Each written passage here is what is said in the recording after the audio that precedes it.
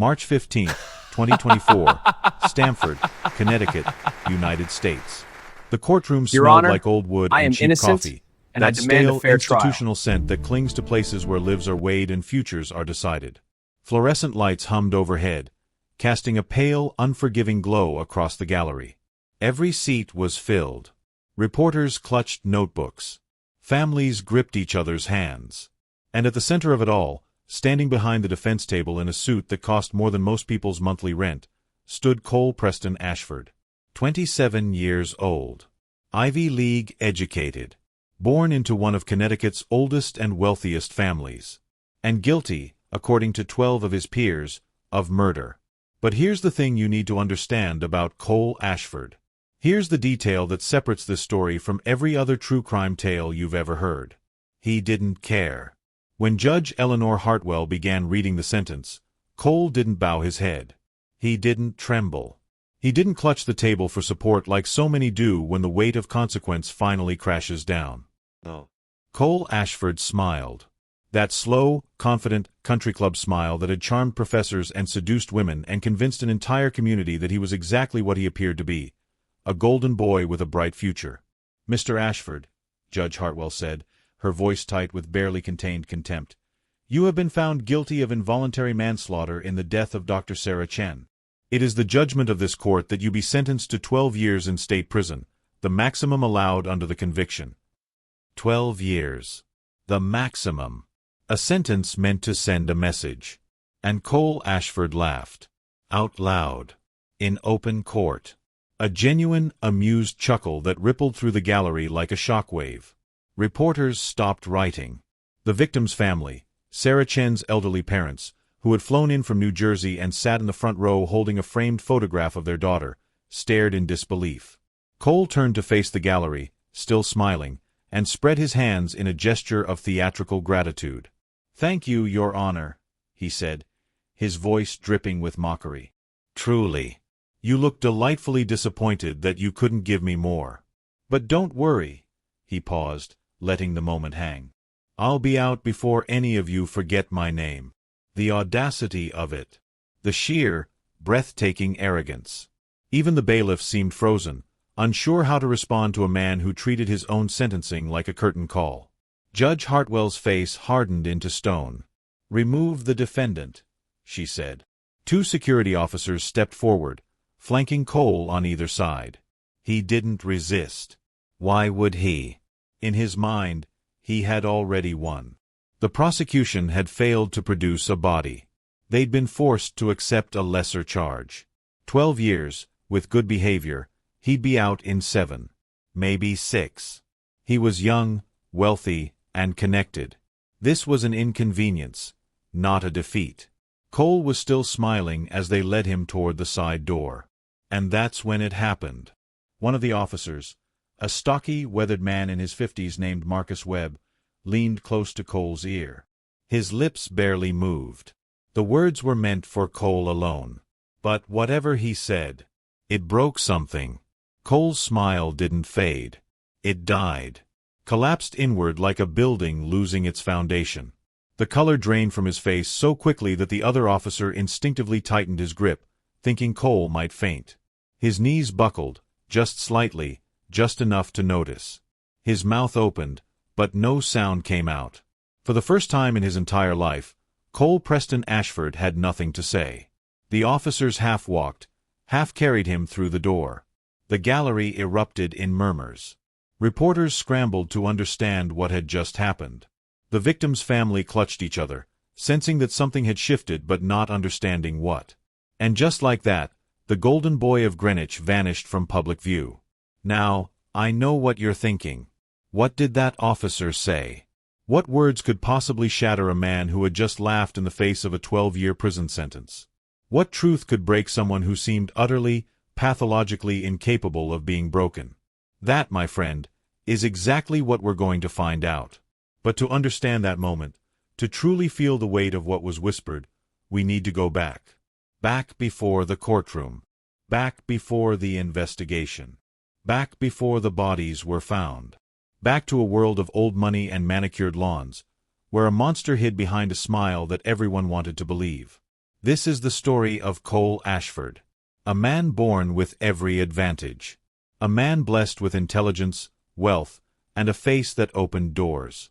A man who believed, with absolute, unshakable certainty, that he was smarter than everyone around him.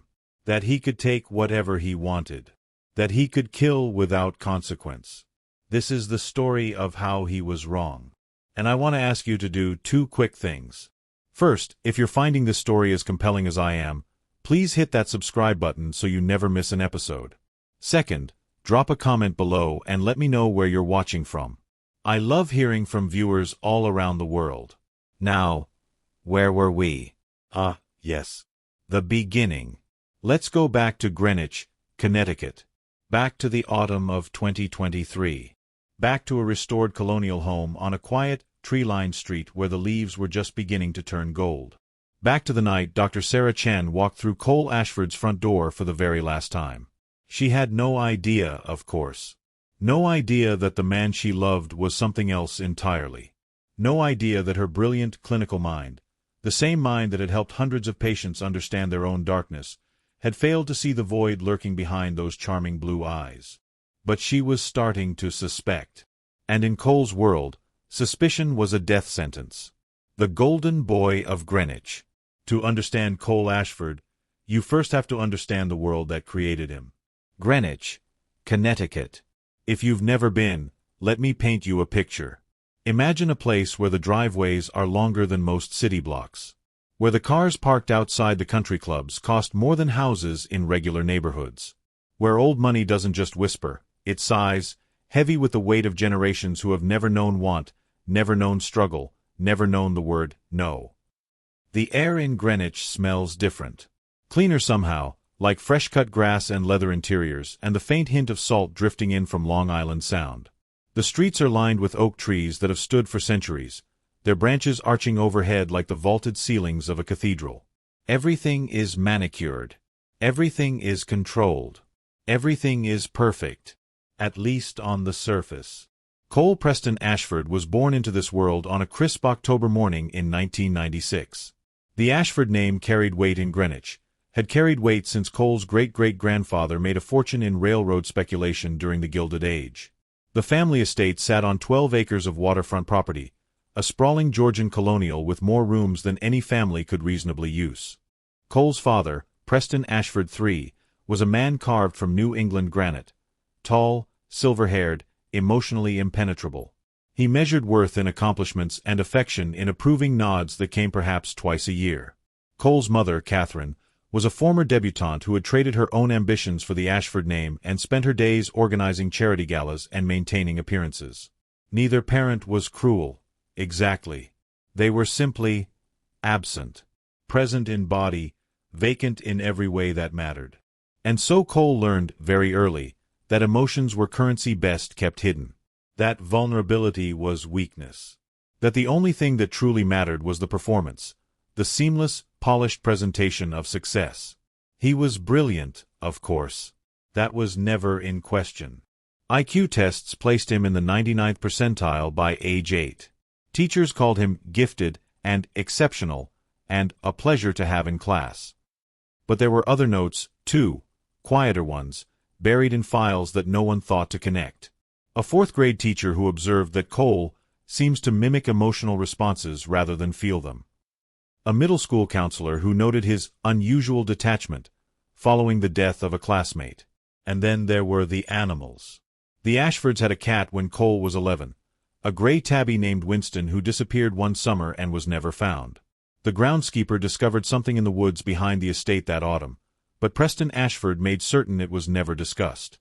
Some things, in families like the Ashfords, simply weren't spoken aloud. By the time Cole arrived at Yale to study psychology, a choice that, looking back, feels almost like a predator studying his prey, he had perfected the art of being exactly what people wanted him to be. Charming at parties. Thoughtful in conversations. Attentive with women. He could read a room the way a chess master reads a board, anticipating moves, exploiting weaknesses, always 3 steps ahead. He graduated magna cum laude. He landed a position at a prestigious wealth management firm in Stamford.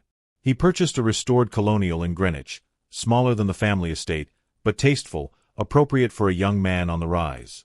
He dated beautiful, accomplished women who inevitably described him as intense and complicated, before quietly disappearing from his life. No one ever asked where they went. And by 27, Cole Ashford was exactly what he had always been trained to be, a perfect surface with nothing beneath it. A mask with no face underneath.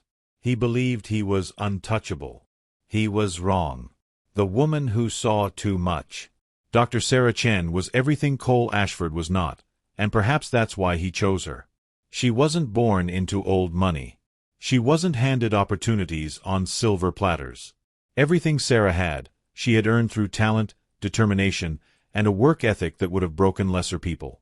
Her parents, Wei and Mei-Lin Chen, had immigrated from Taiwan in the 1980s with $300 and a dream that their children would have better lives. They opened a dry cleaning shop in a rough neighborhood in Newark, New Jersey, the kind of place where you installed bars on the windows and learned to keep your head down. Sarah grew up in a cramped apartment above that shop, falling asleep to the rhythm of pressing machines and the smell of cleaning chemicals. But she was brilliant. Teachers noticed it early, the way Sarah absorbed information like a sponge, the questions she asked that students twice her age wouldn't think to consider. She earned a full scholarship to Rutgers, then clawed her way into Columbia Medical School, then into a psychiatry fellowship at Yale that accepted only 4 candidates per year. By the time she was 31, Dr. Sarah Chen was one of the most promising young psychiatrists in Connecticut. She specialized in personality disorders, narcissism, sociopathy, the dark architectures of minds that operated without conscience. She had seen monsters before. She had studied them, treated them, learned to recognize the subtle tells that betrayed the emptiness beneath the charm. And yet, somehow, she didn't see Cole. Not at first. They met at a charity gala in New Haven, one of those glittering affairs where the wealthy gathered to congratulate themselves on their generosity. Sarah had been dragged there by a colleague and was counting the minutes until she could leave when Cole approached with 2 glasses of champagne and a smile that could melt glaciers. "You look like you'd rather be anywhere else," he said.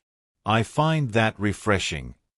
He was handsome, of course, tall, with sharp features and eyes the color of winter ice. But it was his attention that drew her in. The way he focused on her completely, as if she were the only person in the room. The way he asked questions about her work and actually listened to the answers. The way he seemed genuinely fascinated by the intricacies of the human mind. For Sarah, who had spent her entire life being overlooked, the quiet girl, the studious daughter, the woman who faded into the background, Cole's attention was intoxicating. They began dating. Dinners at restaurants Sarah couldn't afford. Weekends at Cole's beautiful home in Greenwich. Long conversations about psychology, philosophy, the nature of identity. Cole was intelligent, genuinely, surprisingly intelligent, and Sarah found herself falling for him faster than she had ever fallen for anyone. But Sarah was a psychiatrist, and despite her feelings, she couldn't silence the clinical instincts that had been honed over years of training. Small things began to nag at her. The way Cole's emotional responses sometimes seemed delayed. Like he was calculating the appropriate reaction rather than feeling it. The micro-expressions that flickered across his face when he thought she wasn't watching. Flashes of contempt, coldness, something that looked disturbingly like hunger. And then there were the stories that didn't quite add up. Cole mentioned an ex-girlfriend once, a woman named Lauren who had been very troubled, and had moved away suddenly years ago. When Sarah asked follow-up questions, Cole deflected with practiced ease. But his eyes changed for just a moment. Something dark moved behind them, something that made Sarah's clinical senses scream in warning. One night, after Cole had fallen asleep, Sarah sat at her laptop in the soft glow of his study and typed a name into the search bar. Lauren Mitchell. New Haven. Missing. The results that came back made her blood run cold. Lauren Mitchell hadn't moved away. Lauren Mitchell had vanished. 3 years ago. Without a trace. Her case remained open and unsolved. And she wasn't the only one. The night the silence began, Sarah Chen made a mistake that would cost her everything. She confronted him. I know, you're probably screaming at your screen right now. Why would she do that? Why not go to the police? Why not run? But here's what you have to understand about Sarah. She was a healer. A fixer. A woman who had spent her entire career believing that understanding could bridge any gap, that truth could penetrate any darkness. She believed, on some level, that she could reach Cole. That maybe, just maybe, she was wrong about him. She wasn't. It was a Thursday evening, 2 weeks after her late-night Google search. Sarah had spent those 14 days in quiet agony, oscillating between terror and denial. She had dug deeper into Lauren Mitchell's disappearance, found old news articles, discovered that Lauren had dated a man matching Cole's description before vanishing. She had even found a thread on a cold case forum discussing another missing woman, Amanda Clark, a prep school student from 2016 who had been dating a boy from one of the old families, before running away and never being seen again. The pattern was there. Sarah could see it with her trained eyes. But she needed to be sure. So that Thursday, over dinner at Cole's Greenwich home, she brought it up. Carefully. Clinically. The way she might approach a difficult topic with a patient. "Cole," she said, her fork hovering over the beef bourguignon he had prepared, "I need to ask you something about Lauren Mitchell." The name landed like a stone in still water. Cole's hand paused, just for a fraction of a second, as he reached for his wine glass. When he looked up, his expression was curious, open, concerned. "Lauren? What about her?" "I found some articles. About her disappearance. The timeline matches when you two were together, and I." "Sarah." Cole's voice was gentle, patient, the voice of a man explaining something obvious to a child. "Lauren was a troubled girl. She had a lot of issues. When she left, I wasn't surprised. I was sad, of course, but not surprised. The police never found her, Cole. She didn't leave. She vanished. People vanish all the time when they want to disappear." He smiled that easy, charming smile. "You're a psychiatrist. You know how many people simply walk away from their lives." Sarah studied his face, searching for cracks in the mask. And for just a moment, a single, terrifying heartbeat, she saw it. Nothing. Behind Cole's warm expression, there was absolutely nothing. No guilt, no anxiety, no recognition of the weight of her question. Just a vast, empty void, like staring into a window that looked onto darkness. She recovered quickly, forcing a smile, apologizing for her overactive imagination. Cole accepted gracefully, steering the conversation toward lighter topics. They finished dinner. They watched a movie. At 10 o'clock, Sarah said she was tired and going home. Cole walked her to the door, kissed her forehead, and told her to drive safe. Sarah never made it to her car. What happened next, the specifics of it, I'm not going to describe in detail.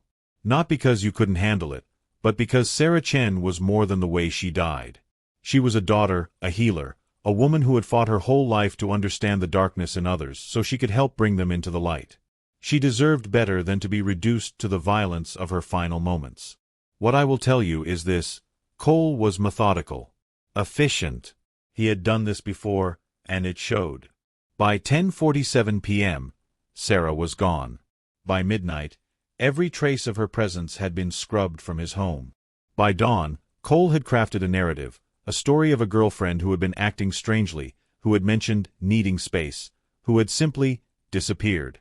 He stood at his kitchen window as the sun rose, sipping coffee and watching the autumn leaves drift across his immaculate lawn. He felt nothing. Not guilt. Not fear. Not even satisfaction. Just the quiet certainty that he had, once again, gotten away with it. He had no idea how wrong he was. The performance of grief. 3 days after Sarah Chan vanished from the face of the earth, Cole Ashford walked into the Greenwich Police Department with tears in his eyes. And what a performance it was. Picture it, the tailored coat, slightly rumpled to suggest sleepless nights. The artfully disheveled hair. The red-rimmed eyes, achieved, I would later learn, through carefully applied irritant drops. Cole had studied grief the way an actor studies a role, and he delivered it with Oscar-worthy precision. She wasn't herself, he told the officer at the front desk, his voice cracking at precisely the right moments. The last few weeks, she'd been distant.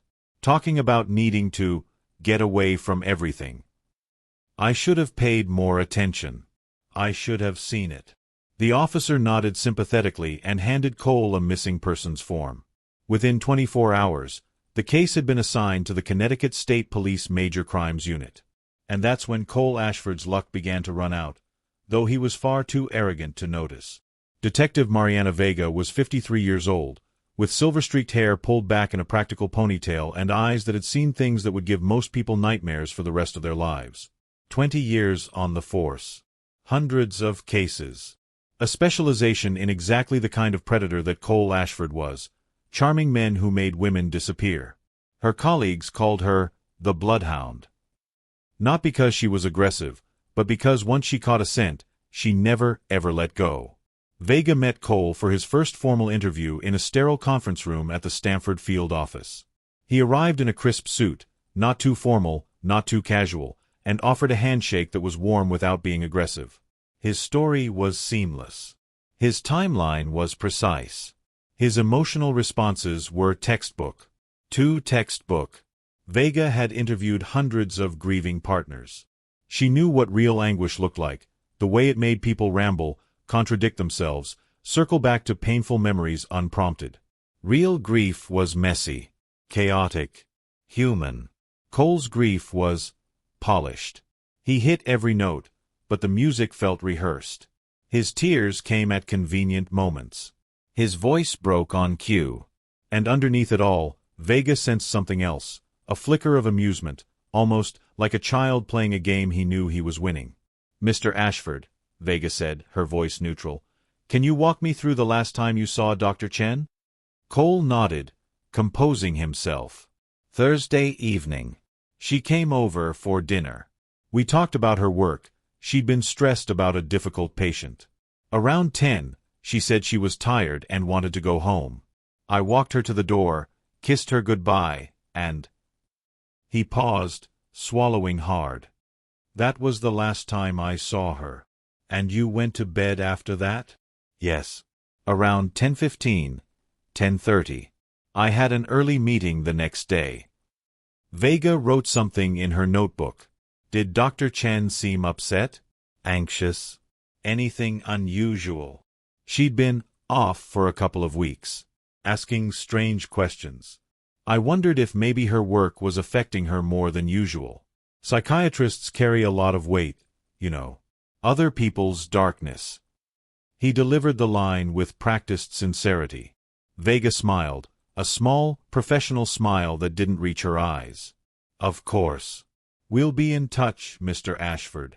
Cole stood, shook her hand again, and walked out with the confident stride of a man who believed he had just aced an audition. Vega watched him go.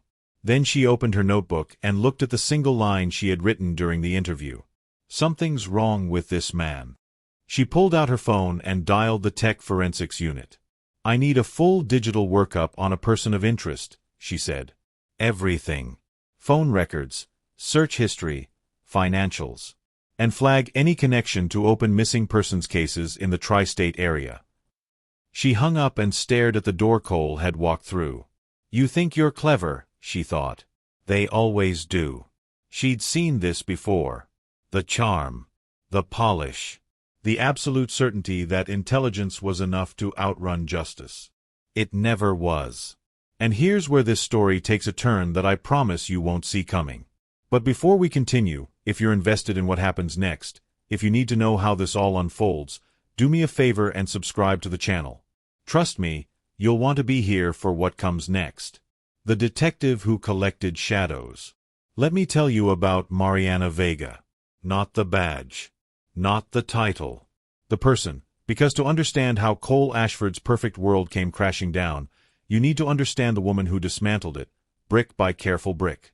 Vega grew up in Bridgeport, Connecticut, the kind of neighborhood where you learned early that the world wasn't fair and nobody was coming to save you. Her father worked double shifts at a factory that would eventually poison his lungs. Her mother cleaned houses for the wealthy families in Fairfield County, coming home each night with aching knees and stories about the nice things those people had. Young Mariana would listen to those stories and wonder, what made those people different? What gave them the right to have so much while her family scraped by on so little? She became a cop at 22, not because she loved authority, but because she hated injustice. And over 20 years, she had carved out a reputation as someone who didn't let go. Ever. Cases that other detectives abandoned, Vega adopted. Cold files that gathered dust in basement storage, she pulled out and spread across her kitchen table at midnight. Her marriage hadn't survived the obsession. Her ex-husband, a decent man named Carlos, had finally left after 15 years of coming second to case files and late-night phone calls. "You love the dead more than the living," he'd said on his way out the door. It wasn't an accusation. It was an observation. And Vega couldn't argue with it. She did love them. The victims. The vanished. The women whose faces stared out from missing persons flyers, frozen forever in moments of hope and possibility. They deserved someone who wouldn't give up. Someone like her. The Sarah Chen case landed on her desk 3 days after the missing persons report was filed, and Vega felt it immediately, that electric tingle at the base of her skull that told her something was off.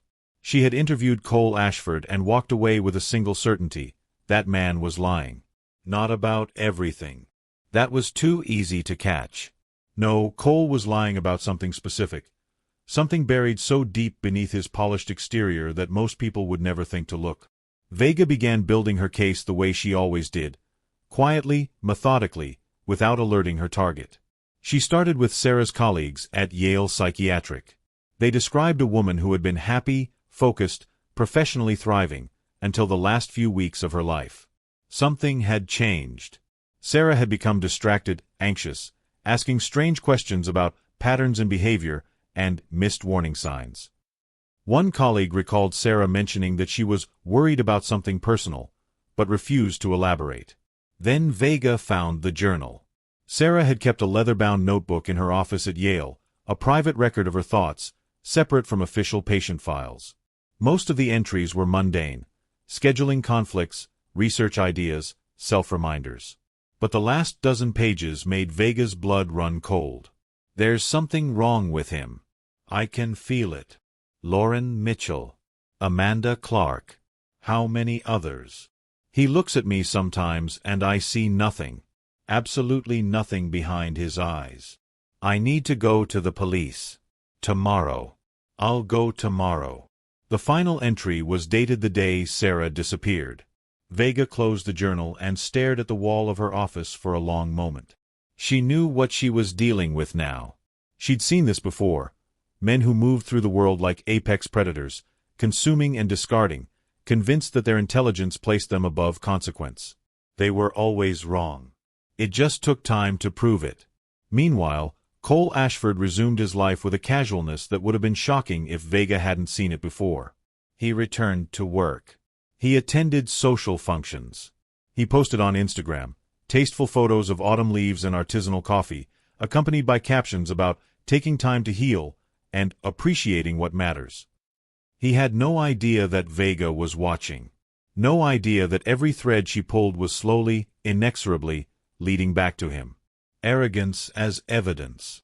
Here's the thing about narcissists that ultimately destroys them: they can't help themselves. They need to be the smartest person in the room. They need to demonstrate their superiority. They need to show everyone, including, sometimes, the very people hunting them, just how clever they really are. Cole Ashford was no exception. 3 weeks after Sarah's disappearance, Cole did something that would later be described by prosecutors as breathtakingly stupid. He called Detective Vega directly, not through a lawyer, not through official channels, to check on the progress of the investigation. Vega took the call in her car, parked outside a convenience store, rain drumming against the windshield. "Detective," Cole said, his voice warm with concern, "I've been thinking about Sarah constantly. I keep replaying our last conversation, wondering if I missed something. Is there anything new? Anything I can do to help?" Vega smiled into the phone, a smile Cole couldn't see but might have recognized if he had. "We're following several leads, Mr. Ashford. I appreciate your dedication." "Of course. Of course." A pause, calculated, theatrical. "You know, I've been thinking about her state of mind those last few weeks. She mentioned some difficult patients, one in particular who had been making threats. Have you looked into that?" And there it was. The insertion. The steering. Cole couldn't resist trying to control the narrative, to point investigators toward phantom suspects, to demonstrate that he was helping, and therefore, obviously, innocent. Vega played along. That's very helpful, Mr. Ashford. Can you give me more details about this patient? Cole provided a vague but plausible story. A troubled man Sarah had mentioned, aggressive tendencies, released from care recently. All fiction, of course, designed to create reasonable doubt. What Cole didn't know was that Vega was recording every word. And what Cole really didn't know was that his calls weren't the only evidence piling up. A week earlier, Vega's team had canvassed Cole's neighborhood, a routine step easily overlooked. Most of his neighbors had nothing useful to offer. The Ashford property was isolated, set back from the road, shielded by hedges and money. But one neighbor, 3 houses down, had a security camera. Mrs. Patricia Holloway was 76 years old, slightly deaf, and possessed of the particular vigilance that comes with living alone. Her camera faced the street and had captured, among other things, a partial view of Cole's driveway.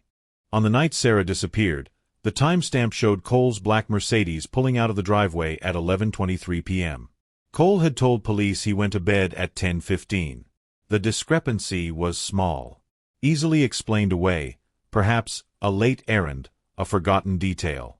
But Vega collected discrepancies the way other people collected stamps. She filed them.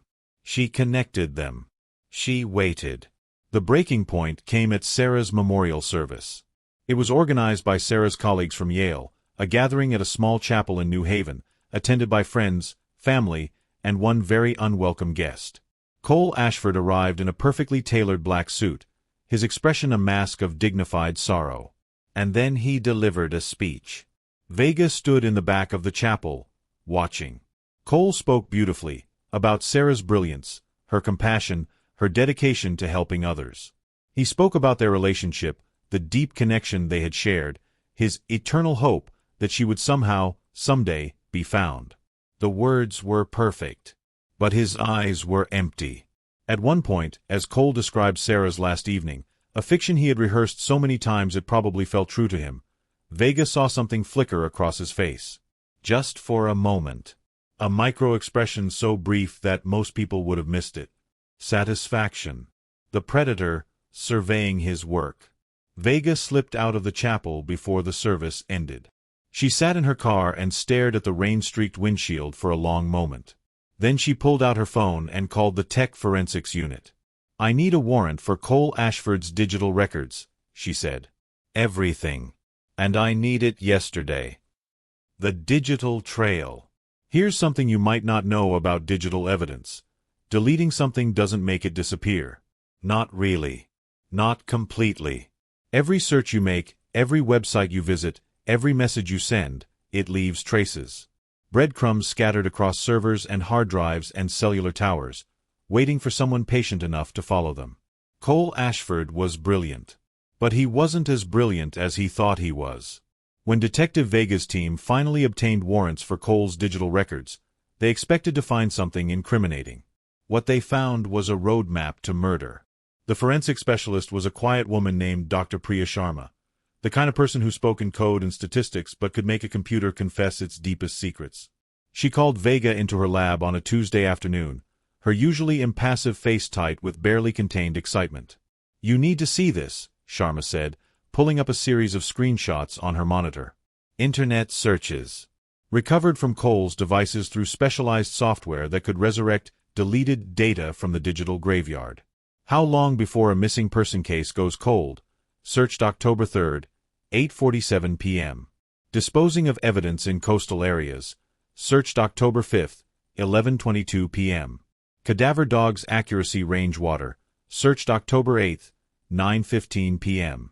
Connecticut State Police cold case resources. Searched October 10th, 7:33 p.m. All of these searches were conducted in the 2 weeks before Sarah Chen vanished. Vega stared at the screen, her jaw tight. He was planning it. "It gets worse," Sharma said. She pulled up another window. Cell tower records. "We tracked his phone on the night of October 17th, the night Sarah disappeared." The data painted a damning picture.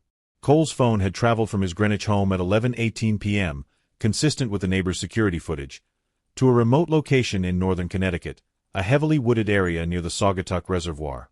He had stayed there for approximately 2 hours before returning home at 3:47 a.m. "What's out there?" Vega asked.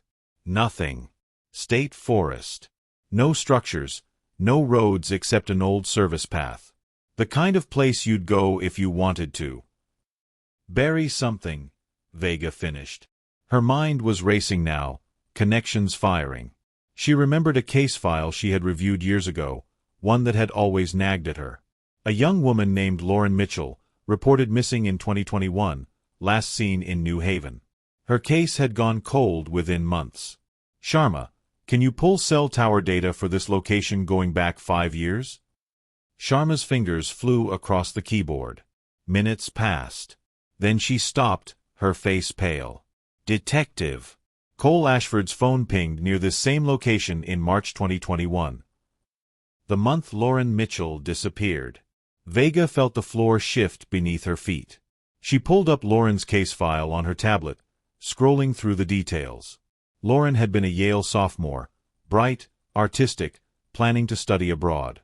She had dated a wealthy young man from Greenwich in the months before her disappearance, though his name had never been formally identified in the investigation. "There was a report," Vega muttered, searching the file. "A hiker, sometime that summer." She found it. A 911 call logged in August 2021. A hiker near the Saugatuck Reservoir had reported a strange smell coming from a ravine off the main trail. Rangers had investigated but found nothing. The report was filed and forgotten. Vega looked at the cell tower coordinates again. The location where Cole's phone had traveled was less than 2 miles from that ravine. Oh my God, she thought. Sarah wasn't his first. And suddenly, everything clicked into place. The pattern Sarah had discovered before she died.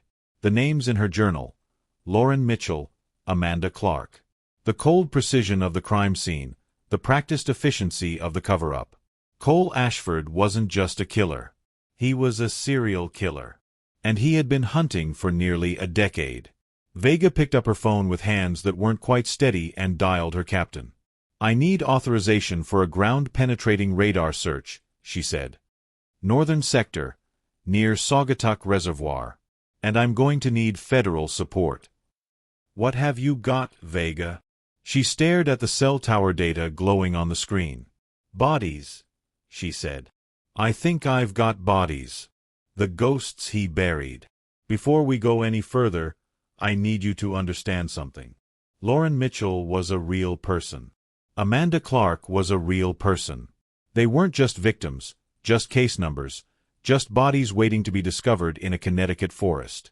They were daughters and sisters and friends. They had dreams and plans and people who loved them. They deserved to be remembered." Lauren Mitchell was 20 years old when she disappeared, a Yale sophomore majoring in art history, with a laugh that her roommate described as the kind that made everyone around her start laughing too. She grew up in Portland, Maine, the middle child of a lobsterman and a middle school teacher. She was going to spend her junior year in Florence, studying the Renaissance masters. She had already bought her plane ticket. She met Cole Ashford at a party in New Haven during her sophomore spring. He was charming, attentive, wealthy, everything a 19-year-old girl from a working-class family might find dazzling. They dated for 4 months. Then Lauren tried to break up with him. Her roommate later told police that Lauren had called Cole suffocating and possessive, that she had complained about the way he monitored her phone, questioned her friendships, made her feel like she was constantly being watched. 3 weeks after she ended the relationship, Lauren Mitchell vanished. Her car was found abandoned near the New Haven train station. Her phone was never recovered. Her parents flew in from Maine and spent 3 agonizing weeks putting up flyers, begging for media coverage, pleading with police to keep searching. The case went cold. Lauren's mother, a gentle woman named Catherine, died 2 years later. Heart failure, the doctors said. But her husband knew the truth. She had died of grief, of not knowing, of the unbearable weight of a question that could never be answered. And then there was Amanda Clark. Amanda was 17 when she disappeared in 2016, a senior at Whitmore Academy, the exclusive prep school where Cole Ashford had spent his high school years. She was the artistic type, a little strange, the kind of girl who wore vintage dresses and wrote poetry in the margins of her textbooks.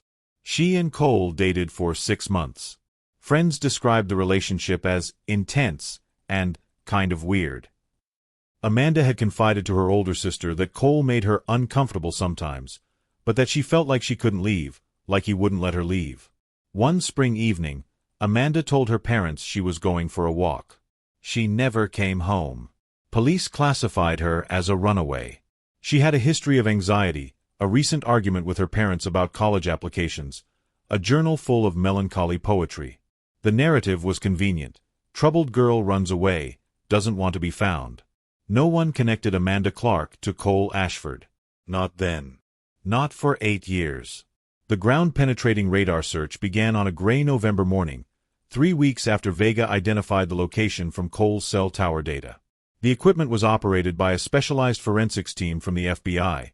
Vega had called in federal support as soon as she suspected multiple victims. The forest around the Saugatuck Reservoir was dense, tangled, the kind of place where the light barely penetrated even at midday. The air smelled of wet leaves and something older, darker, something that had been undisturbed for years. The radar worked by sending pulses into the ground and measuring the reflections.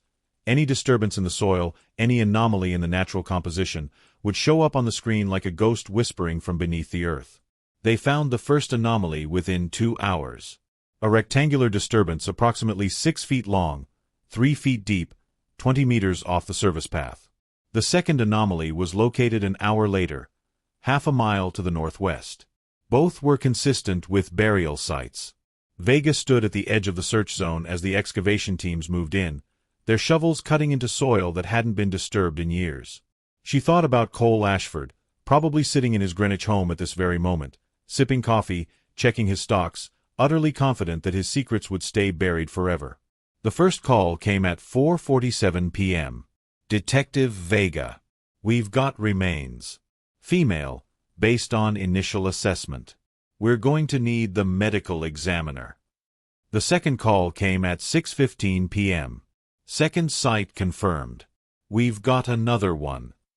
Vega closed her eyes and let out a long, slow breath. I found them, she thought. Lauren. Amanda. I found you.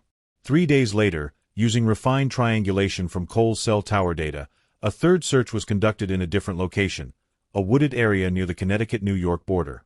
They found Sarah Chen buried beneath a fallen oak, wrapped in plastic sheeting, her body remarkably preserved by the cold autumn soil. The golden boy of Greenwich had run out of places to hide. The net closes. The morning they came for Cole Ashford, the sky was the color of a bruise. It was a Tuesday, unremarkable, ordinary, the kind of day when the world keeps turning regardless of the monsters walking among us. Cole was in his kitchen, wearing a cashmere robe and reading the Financial Times, a cup of single-origin Ethiopian coffee steaming beside him. He had no idea. That's the thing about predators like Cole. They spend so much time watching others that they never think to check if someone is watching them. He had been so careful, so meticulous, so absolutely certain of his own brilliance that the possibility of capture had never seriously crossed his mind. 3 bodies had just been pulled from the Connecticut soil, and Cole Ashford was reading about interest rates. Detective Vega led the arrest team herself. 4 state police cruisers, an FBI liaison, a forensics van standing by. They approached the house at 7:15 a.m., when the morning light was still weak and the neighborhood was quiet. Vega knocked on the door. For a long moment, nothing. Then footsteps, calm, unhurried, and the door swung open. Cole stood there in his robe, coffee still in hand, his face arranged in polite confusion. Detective Vega. This is unexpected. His voice carried a hint of amusement, as if this were a minor inconvenience rather than the end of everything. Cole Preston Ashford, Vega said, her voice flat and professional. You are under arrest for the murders of Dr. Sarah Chen, Lauren Mitchell, and Amanda Clark. You have the right to remain silent. Anything you say can and will be used against you in a court of law. She continued reciting the Miranda rights, but she was watching his face. There it was, the moment the mask slipped. Just for an instant, Cole's composure cracked. His eyes widened. His jaw went slack. The coffee cup trembled in his hand. For the first time in perhaps his entire life, Cole Ashford experienced genuine surprise. They had found them. After all this time, all his careful planning, all his meticulous precautions, they had actually found them. But here's the thing about narcissists. Even when reality punches them in the face, they can't accept that they've lost. Their ego won't allow it. And so, even as Vega's officers cuffed his hands behind his back, even as they walked him to the waiting cruiser in full view of his horrified neighbors, Cole's mind was already spinning. This isn't over, he told himself. I can still win this. By the time he reached the booking facility, his composure had returned. He smiled for his mugshot, that same golden boy smile that had charmed professors and seduced women and fooled everyone who had ever crossed his path. During his initial processing, Cole demanded to speak with an attorney. The court appointed him a public defender, a young man named Kevin Marsh who specialized in violent crimes and had an excellent track record. Cole fired him within 48 hours. I'll be representing myself, he informed the judge at his preliminary hearing, his voice dripping with confidence. With all due respect, Your Honor, I don't believe anyone in this courtroom has a better understanding of this case than I do. The judge, the Honorable Eleanor Hartwell, a silver-haired woman with 30 years on the bench and a famously low tolerance for theatrics, studied Cole over the rims of her glasses. Mr. Ashford, you understand that you're facing 3 counts of first-degree murder? That you could spend the rest of your life in prison? Cole smiled. I understand perfectly, Your Honor. And I'm quite confident in my ability to demonstrate my innocence. Innocence. The word hung in the air like a bad joke. Vega watched from the gallery, her arms crossed over her chest. She had seen this before. Killers who believed their own intelligence was a get-out-of-jail-free card. They always underestimated juries. They always overestimated themselves. She caught Cole's eye as the bailiffs led him from the courtroom. For just a moment, their gazes locked. Cole winked at her. Vega didn't smile, didn't react, didn't give him anything. But inside, she felt something that might have been satisfaction. Go ahead, she thought. Represent yourself. Put on a show. Let the whole world see exactly what you are. The trial was set for February. Cole Ashford had no idea what was waiting for him. The trial of Cole Ashford. The trial of Cole Preston Ashford began on a bitter February morning, with temperatures in the single digits and a media circus that had transformed the Stamford Superior Courthouse into a fortress of cameras and speculation. You have to understand, by this point, the story had gone national. A handsome, wealthy heir from one of Connecticut's oldest families, representing himself on 3 counts of first-degree murder. The victims, 3 accomplished young women whose photographs had been plastered across every news outlet in America. It was the kind of case that cable news networks dream about, equal parts horror and spectacle, with a villain straight out of central casting. Court TV carried the proceedings live. Legal analysts offered breathless commentary during every recess. Outside the courthouse, protesters held signs bearing the names of Lauren, Amanda, and Sarah. True crime podcasts launched entire series dedicated to the case. And at the center of it all, Cole Ashford sat at the defense table in an impeccably tailored charcoal suit, looking for all the world like a man attending a board meeting rather than fighting for his freedom. He was going to put on a show. And for a while, I'll be honest with you, it almost worked. The prosecution was led by Assistant State's Attorney Diana Reyes, a sharp, methodical woman with 15 years of experience and a reputation for surgical precision. Her opening statement was devastating, a timeline of murder stretching back nearly a decade, supported by digital evidence, cell tower data, recovered remains, and the damning words of Sarah Chen's journal. Cole's opening statement, delivered without notes, was something else entirely. He stood before the jury, 8 women for men, all watching with the wary fascination of people observing a predator through glass, and he performed. Ladies and gentlemen, he began, his voice warm and reasonable, I want to thank you for being here. I know this isn't easy. You've been asked to sit in judgment of a man the media has already convicted, a man whose face has been plastered across every screen in America with the word monster attached to it. He paused, letting the word hang in the air. But that's not who I am. And over the course of this trial, I'm going to show you the truth. Not the truth the prosecution wants you to believe, but the actual truth. A truth built on reasonable doubt, circumstantial evidence, and the presumption of innocence that is the foundation of our justice system. It was masterful, in a sick sort of way. Cole was charming without being slimy, confident without being arrogant, at least on the surface. He made eye contact with individual jurors. He used their names when addressing them. He treated the proceedings like a conversation rather than a confrontation. For the first few days, some courtroom observers wondered if he might actually pull it off. Then the cracks began to show. It started during his cross-examination of Dr. Priya Sharma, the digital forensics expert who had recovered his damning internet searches. Cole approached her with the confidence of a man who had studied the technical details and believed he could trip her up. "Dr. Sharma," he said, pacing slowly before the witness stand, "isn't it true that deleted data can be corrupted during the recovery process?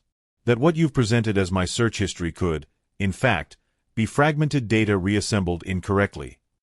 Sharma regarded him with the patient expression of someone who had testified in dozens of trials. "Theoretically, yes. Corruption can occur. However, in this case, the data recovery was verified through 3 independent methodologies, cross-referenced with browser cache files and corroborated by server-side logs from the search engine itself. The margin for error is essentially 0. Cole's smile flickered, just for a moment, before he recovered. "Essentially 0. But not actually 0. Mr. Ashford, I've been doing this work for 18 years. The probability that these searches were conducted by anyone other than the user logged into your personal device, on your home network, at times when your phone's location data placed you in your residence, is approximately 1 in 400 million. The jury shifted. Cole's confident veneer had cracked, and they had seen it. But the worst was yet to come. When the prosecution called witnesses to testify about the victims, colleagues, friends, family members, Cole's cross-examinations revealed something he couldn't hide, his complete inability to feign human emotion. Sarah Chen's mother, Mei Lin, took the stand on the 6th day of the trial. She was a small woman in her 70s, her English accented but clear, her grief so raw that several jurors wiped their eyes as she spoke about her daughter. "Sarah called me every Sunday," Mrs. Chen said, her voice trembling. "Every Sunday, no matter how busy. She would tell me about her work, her patients, her life. The last time she called, she said she was happy. She said she had met someone special." She looked directly at Cole. "She trusted you, and you took her from me." Cole rose to cross-examine her. "It was a mistake." "Mrs. Chen," he said, his voice stripped of its earlier warmth, "I understand your grief. Truly, I do. But isn't it possible that your daughter's perception of our relationship was skewed? She was, after all, under considerable professional stress. Her own journal indicates she was experiencing paranoid ideation." Objection. Diana Reyes was on her feet. "The defendant is mischaracterizing the evidence and badgering the witness." Sustained. Judge Hartwell's voice was ice. "Mr. Ashford, confine yourself to questions." But the damage was done. The jury had watched Cole attempt to paint a grieving mother's murdered daughter as mentally unstable. They had seen the coldness beneath the charm. And they would remember. By the trial's 2nd week, the atmosphere in the courtroom had shifted. Cole's theatrical objections had worn thin. His attempts at clever legal maneuvering had backfired more often than they'd succeeded. And most damningly, every time testimony touched on the actual victims, their lives, their dreams, their final moments, Cole displayed nothing. No sadness. No regret. No recognition of the human cost of what he had done. Just that smooth, empty smile. The jury noticed. Everyone noticed. The verdict and the mockery. The jury deliberated for 3 hours and 47 minutes. In legal terms, that's nothing. Some murder trials see juries sequestered for days, even weeks, agonizing over evidence and reasonable doubt. 3 hours and 47 minutes is the kind of deliberation time that makes defense attorneys sick to their stomachs. It's the sound of 12 people who had already made up their minds. Cole sat at the defense table as the jury filed back into the courtroom, his posture relaxed, his expression serene. If he was nervous, he didn't show it. Perhaps he couldn't show it. Perhaps, after a lifetime of performing emotions he didn't feel, he had lost the ability to access them even when they might have served him. Or perhaps he genuinely believed he was going to walk out of that courtroom a free man. With Cole Ashford, it was impossible to know. The courtroom was packed beyond capacity. Reporters lined the walls. The victim's family sat in the front row, Mei-Lin Chen clutching her husband's hand, Amanda Clark's older sister staring straight ahead with hollow eyes, a representative from the Mitchell Family Foundation wearing a pin with Lauren's photograph. Detective Vega stood at the back, arms crossed, watching. The foreman, a retired accountant named Harold Benson, rose with a sheet of paper in his hands. His face betrayed nothing. "Has the jury reached a verdict?" Judge Hartwell asked. "We have, Your Honor. On the charge of murder in the first degree in the death of Dr. Sarah Chen, how does the jury find?" A pause. The entire courtroom held its breath. "Guilty." A sound rippled through the gallery, something between a gasp and a sob. Mei-Lin Chen collapsed against her husband's shoulder. Cole didn't move. On the charge of murder in the first degree in the death of Lauren Mitchell, how does the jury find? Guilty. On the charge of murder in the first degree in the death of Amanda Clark, how does the jury find? Guilty. 3 counts. 3 women. 3 guilty verdicts. And still, Cole Ashford sat motionless, his face a mask of polite disinterest, as if the proceedings had nothing to do with him at all. Sentencing was scheduled for 2 weeks later, enough time for victim impact statements to be prepared, for the prosecution to compile its recommendations, for the media frenzy to reach its fever pitch. When the day finally arrived, the courtroom felt different. Heavier. The theatrical energy of the trial had been replaced by something more solemn, more final. This was the end of the story, or so everyone thought. The victim impact statements were devastating. Amanda Clark's sister, Rebecca, spoke of 8 years of not knowing, 8 years of wondering if Amanda had run away, if she was alive somewhere, if she was suffering. "I used to dream that she would call me," Rebecca said, her voice breaking. "That she would explain everything, and we would laugh about it someday. Now I dream about her bones in the ground, and I wake up screaming." A representative read a statement on behalf of Lauren Mitchell's father, the only surviving member of her immediate family. "My wife died not knowing what happened to our daughter. She died with that question unanswered. I have to live with knowing the answer, and I don't know which is worse." Mei-Lin Chen spoke last. She looked directly at Cole as she addressed the court. "You are not a monster," she said quietly. "Monsters are not real. You are something worse. You are a man who chose, again and again, to take life. You are a man who looked at my daughter, my beautiful, brilliant daughter, and saw nothing but something to destroy. I do not hate you, Mr. Ashford. I pity you, because you will never know what it means to love someone. And that emptiness will follow you forever." Cole listened to all of it with the same detached expression.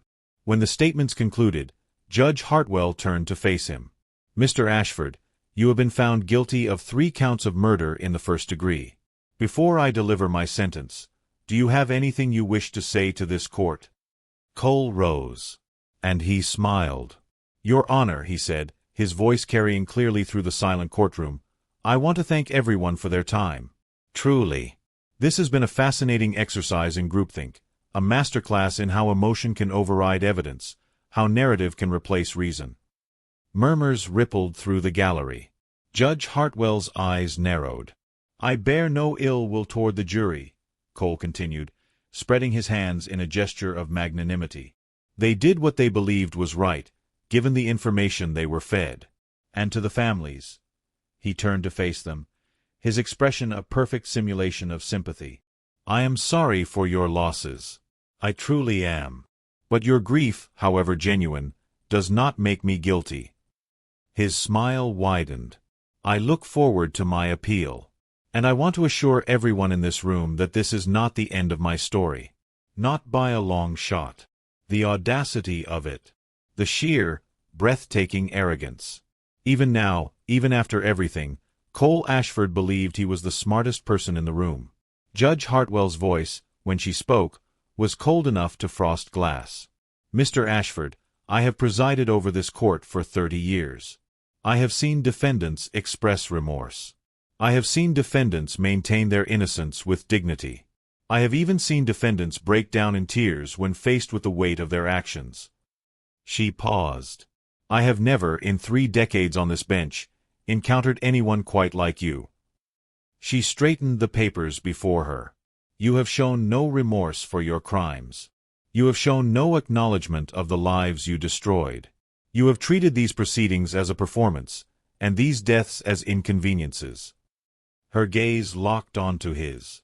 It is the judgment of this court that you be sentenced to 3 consecutive terms of life imprisonment without the possibility of parole.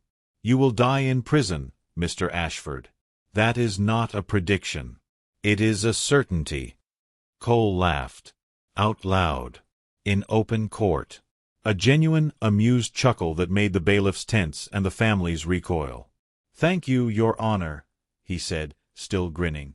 "Thank you for the vacation. I'm sure I'll find ways to keep myself entertained." Judge Hartwell's face was stone. "Remove the defendant." 2 security officers stepped forward, one of them a stocky, weathered man in his 50s named Marcus Webb. They flanked Cole, gripping his arms. Cole was still smiling as they led him toward the side door. Still performing. Still convinced, on some fundamental level, that he had won. And then Officer Webb leaned close. His lips barely moved. The words were meant for Cole alone, but the microphones caught just enough. A whisper, soft as a knife sliding between ribs. "They found your storage unit in Bridgeport. The trophies. The photographs. There are 7 more. The FBI is involved now. You're never seeing the outside of a cell again."